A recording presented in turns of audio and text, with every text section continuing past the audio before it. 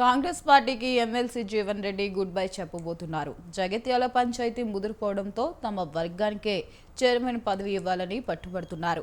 ఎవరికి వారు క్యాంపులు ఏర్పాటు చేయడంతో ఉత్కంఠ పరిస్థితి నెలకొంది. సంజయ్ వర్గంలో 22 మంది కౌన్సిలర్లు గెలుపొందగా జీవన్ రెడ్డి వర్గంలో 18 మంది కౌన్సిలర్లు గెలుపొందారు. రెండు వర్గాలు కలిస్తేనే చైర్మన్ పదవి దక్కుతుండడంతో రాజకీయ అనిశ్చితి ఏర్పడింది. దీంతో రెండు వర్గాలు డి అంటే డి అంటున్నాయి.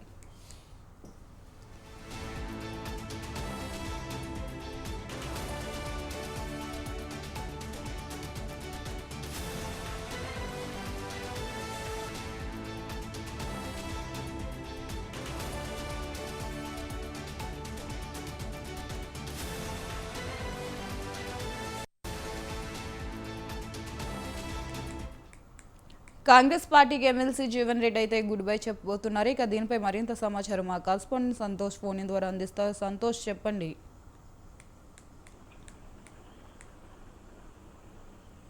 జగిత్యాల మాజీ ఎమ్మెల్సీ జీవన్ రెడ్డి ఇప్పుడే ప్రగతి భవన్ కి చేరుకున్నట్లుగా అయితే సమాచారం అందింది. అయితే జగిత్యాల మున్సిపల్ ఎన్నికల్లో గెలుపొందినటువంటి 18 మంది కౌన్సిలర్ తో అయితే మాజీ మంత్రి జీవన్ రెడ్డి కాసేపట్లో ప్రగతి భవన్ కి చేరుకున్నారు.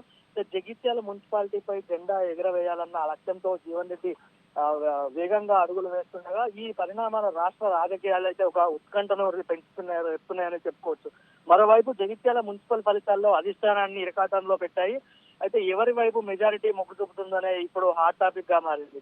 కౌన్సిలర్ తో నేరుగా ప్రగతి భవన్ కి జీవన్ రెడ్డి అయితే చేరుకున్నారు. అయితే మొత్తంగా కూడా ఎమ్మెల్సీ జీవన్ రెడ్డి మరియు ఎమ్మెల్యే సంజయ్ వివాదం అయితే చాలా ఒక హాట్ టాపిక్ గా రాజకీయాల్లో తెలంగాణ రాష్ట్రంలో ఒక హాట్ టాపిక్ గా మారిందనే చెప్పుకోవచ్చు. అయితే ఎన్నికల సమయం నాటి నుంచి కూడా ఇటు ఎమ్మెల్సీ జీవన్ రెడ్డి వర్గానికి మరియు ఎమ్మెల్యే సంజయ్ వర్గానికి తీవ్ర వర్గపోరు అయితే జరుగుతున్న నేపథ్యంలో ఇప్పుడు మున్సిపల్ ఎన్నికలు రావడం, మరోవైపు సంజయ్ కాంగ్రెస్ పార్టీలో ఉన్నారా లేకపోతే బీఆర్ఎస్ పార్టీలో ఉన్నారా అనే ఒక సందిగ్ధంలో గత కొంతకాలంగా నడుస్తున్నటువంటి హైకోర్టులో వివాదానికి సంబంధించిన ఆ కేసు క్లియర్ అవ్వడం, అటు స్పీకర్ కూడా దాన్ని తేల్చి చెప్పేయడము, ఇదంతా కూడా మొత్తంగా ఒక క్లారిటీ అయితే రాలేదు. అయినప్పటికీ కూడా తెలంగాణ రాష్ట్రంలో మొత్తంగా ఈ కొరుట్ల నియోజకవర్గానికి సంబంధించిన ఈ ఘటన అయితే ఒక హాట్ టాపిక్ గా మారిందని చెప్పుకోవచ్చు. ఇప్పుడున్న ఇటీవల కాలంలో జరిగినటువంటి ఈ మున్సిపల్ ఎన్నికలకు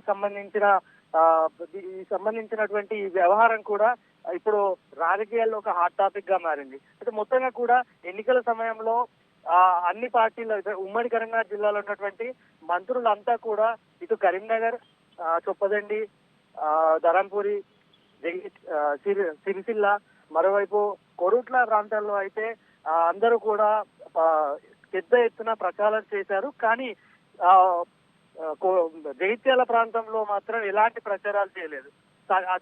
జీవన్ రెడ్డికి అతి సన్నిహితుడైనటువంటి మంత్రి శ్రీధర్ బాబు కూడా కనీసం ఆ మున్సిపల్ ఎలక్షన్ సంబంధించిన సమయంలో కనీసం జగిత్యాల వైపు కన్నెత్తి కూడా చూడలేని పరిస్థితి అయితే ఉంది. మొత్తంగా కూడా అటు జీవన్ రెడ్డి కాంగ్రెస్ పార్టీలో ఉండకపోవడానికి, బీఆర్ఎస్ పార్టీలోకి రావడానికి ఇది ఒక పెద్దగా కారణంగా కూడా చెప్పుకోవచ్చు. Right, thank you Santosh, thanks for the updates.